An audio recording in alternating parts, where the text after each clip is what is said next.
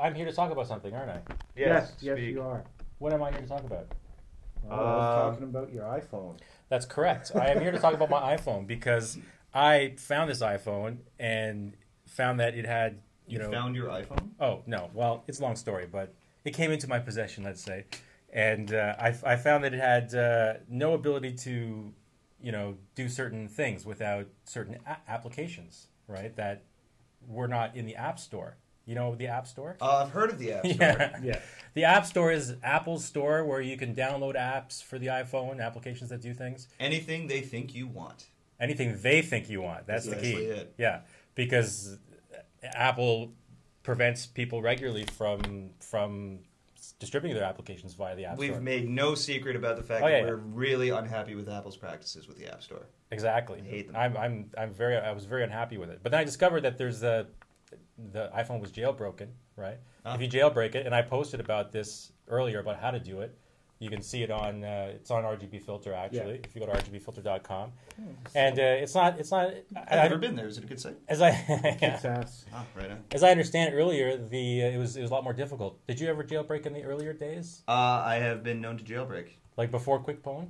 Oh no, absolutely not. No, I used the word button QuickPwn jailbreak. I thought we were being characters here for a second. Sorry. Yeah, no, absolutely. I jailbroke with QuickPwn. The iPhone dev team released my phone so that it's now on par with other smartphones' ability to install apps across the board. Yeah, QuickPwn is really fast, and it was supposed to be like a lot simpler before. The only problem I had with it, and the one caveat in it, and it's in the article on rgbFilter, is that apparently with OS 10.5.6, it broke the ability for you to put your iPhone in recovery mode, or they call it DFU mode, right? And that allows you to, restore your iPod back to factory settings. And you have to do this in order to jailbreak as well. Yes, right? you do. But you can't do it with your iPhone if you had a new Mac with, it didn't affect my Mac, but apparently a lot of new Macs with OS 10.5.6. And the workaround apparently is to get a powered USB hub with its own power and plug your iPhone into that. Which is exactly what I do, so problem solved. Right, you just did so that. maybe I just didn't know about the issue and it just didn't come up because I didn't power my iPhone through a powered USB hub. Yeah. So because my iMac, in all its glory and awesomeness, has 3 USB ports, one of which is handled by my keyboard. So yeah, anyway, whole different story. Exactly. Apple just hates USB ports. Yeah, they're afraid of I/O ports. It's ridiculous. Oh my God, my little tiny netbook has 3 USB I know. ports. We got NVGA, 3 USBs, 2 SD slots, an SD slot. Yeah, exactly. Audio in and out. What's on the back? I don't know what's over there. But they really control things. Ethernet. So I set out to figure out what I could do without Apple's control, without the jailbreaking. And I've posted a series of articles on it. Right now I'm about halfway through the series, and I will be posting the rest in rgbFilter. And I've discovered that you can do everything with the jailbreaking community. You can read comics. Apparently everything is in CPZ files, and Apple doesn't let you read CPZ files, just like AVIs. You can't read AVIs standard on this. But you can with MPlayer if you jailbreak the phone and install, copy your videos, by Wi-Fi. There's some apps that you can Wi-Fi copy the videos, also jailbroken apps, because Apple doesn't let you see even the file system on this device unless you jailbreak it. Yeah, right. And you need to be able to read AVIs in order to use things like Orb, because Orbs won't what's Orb's native file format? I know it converts on the fly. Orb, you can choose your streaming format. Oh, really? Yeah, you can choose from 3GP, which I think the iPhone supports, AVI, Flash. Oh, yeah, sorry, Flash. And there's there's 2 other ones. Yeah, no Flash. Actually, that's something, even if you jailbreak, you're not going to get Flash. I haven't found any way to get Flash. No, I've got Flash video playing on here, but no actual Flash animation. I've seen sites like Funny or Die will work on my iPhone now. Yeah. I forget what the application's called, but it's just a Flash plugin for Safari. Funny or Die works, but like Joe Cartoon doesn't. Right, so actual Flash animation won't work. Right. Like SWF, but Flash video definitely does work. Yeah. But you can get AVIs working. I've instructions there on the site on how to get MPlayer installed, and MPlayer is a little bit complex, but it's all laid out there step by step.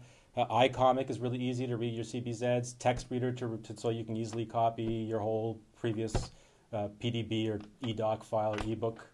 All the older ebook files. And the next 2 steps in the series that I will be posting on. The next one is going to be mostly about game emulation, because there's some fascinating old games in this culture that are really good to be able to run on new devices. There's an SNES, Super Nintendo I've got that emulator. It's great. And a PSX. Yes. It works well. Well, the PSX, what game did you try? Because it did not work well for me. I can't I can't check right now, but I think I've got Gran Turismo on it. Maybe, okay. I wanted to try something like Abe's Oddworld, like a side-scroller. Oh, I love because I tried Tenchu, which wouldn't boot up at all.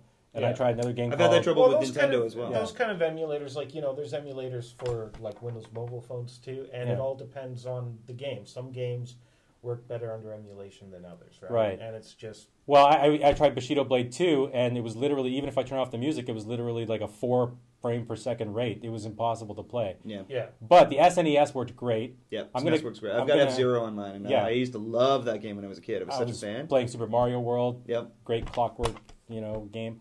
I'm halfway through Mario 3, actually, on here. Oh, yeah? That's awesome. I'm on, like, World 4, I think. And MAME. MAME works really good, too. I was playing Star Wars, with the original... the original vector-based Star Wars. Where you're going down the tunnel, Very the trench. Good. Yeah. That's so cool. I love that. It's excellent. But I had to turn the music off on most of the emulators to really make it play well. Yeah. That's not been a problem for me. I get well into Mike Tyson's Punch-Out, actually, on my thing. And cool. It's like that and Blades of Steel and Skate or Die. Those old games work perfectly on here through emulation, right? And just like you said, it's all about the emulated game, right? Yeah, because some games are just tougher than others. Yeah, right? if the emulated package is well done, then it'll work. If it's not, or if the game is tough to emulate, then it won't. And, cool though this is, and cool though having an emulated NES game on your device is, this is only like a 600 megahertz processor with a lot of shit going on. Sure, but they should let you try what you could try, and obviously it's doable. Mm-hmm. So I don't like Apple deciding that no, it's not good enough for us. No, yeah, just like you can't even logistics record. are one thing, but you doing it are one thing. The logistics of being allowed to do it are something completely different. And I 100% agree with and we're both recording video right now, which Apple doesn't think we should be able to do. Well, they will in 3.0 though. Yeah, in 3.0, but with this camera, they didn't want to do it. They finally deemed it okay. Yeah, they finally deemed it okay. They've decided. And so you can join that community. You can join the emulation community. And I've also been posting about GRIS, which is a great Google News reader that will download not only the articles, but the pictures for reading offline. Mm-hmm. That's a jailbroken app. And the last set of apps, what are the last set of apps do you remember? I don't know what your last set of Well, anyway. There's some, the last set of apps I just did like little utilities like memtest that will actually clean your memory and clear, because there's not that much memory on these. Nope. Clear a lot of memory out. That's on the same page as GRIS. Yeah. To this. I usually run it, contact flow. Yes. You should talk about the text-to-speech thing. Text-to-speech thing. Text-to-speech thing. Alex, our current production manager, wants to talk about text-to-speech. Which is not a jailbroken app. It's not a jailbroken app. That's the problem. Yeah, but it's on the app store. It's a free app. It's called Flingo. It does work quite well on the device, which we discovered. It doesn't do everything you want it to do, but what it does do, it does well. Right. It doesn't. It doesn't go voice to text message or anything like that, or voice to email. Yeah. But it does do Google searches and search your phone and things like that. So. Yes. Exactly. And Contact Flow does something that I can't believe Apple didn't do, which is allow you to use Cover Flow. Cool, man. Allow you to use Cover Flow to page through your contacts. App. That's fancy. Yeah, and it's like that's the obvious thing for the phone to do. Take Apple's Premier paging technology and use it for the phone. Yeah. Right? There are other little things that I've got through. Why does it take a jailbroken person to come up with that? Yeah, I know. There are a couple of other little. Well, I don't see like Otherwise, you wouldn't buy the next generation of iPhone. Yeah, you're probably right. Yeah. But you don't have to wait. All you have to do is jailbreak, and you get all of these benefits at once. So it's a little bit of a tough process in terms of, be very careful with the instructions. As I said, this is not the type of thing where you can just skip the instructions. No, this is the type of thing. Not. Your regular habits do not apply. I wouldn't call it a tough process, though. I agree. You do have to go by the letter. It's just it's a careful process. You have to be very careful to read it. For me, it was literally a one-click process. It was fantastic. Once you're through it, you're past the guard tower, and everything is easy, and all of these things are open to you. Yeah, and that's the best part. It's just a fantastic way of using the phone. It's like we've always said. Since day one, is I bought the device, I own the device, I should be able to take my own risks with it, I should be able to put on it whatever I want. Right. That's just like any other computer anywhere ever. Exactly. Right? To do anything else is just ludicrous to me. So, jailbreaking gives you that functionality with it. So, I think everybody should do it. They say that it voids your warranty. That's why the restore button is there. Well, yeah, you can restore your file by the process that we mentioned earlier, the DFU mode. You can restore your iPhone to its original factory state. Yep. So as long as you can do that, if you've got something that's chipped or scratched or a button that's not working that you want to fix, as long as you can still sync, you can clear off any evidence of jailbreaking and before you send it to them easily. But yeah. So yeah, jailbreaking 100% recommended. Excellent. Yeah.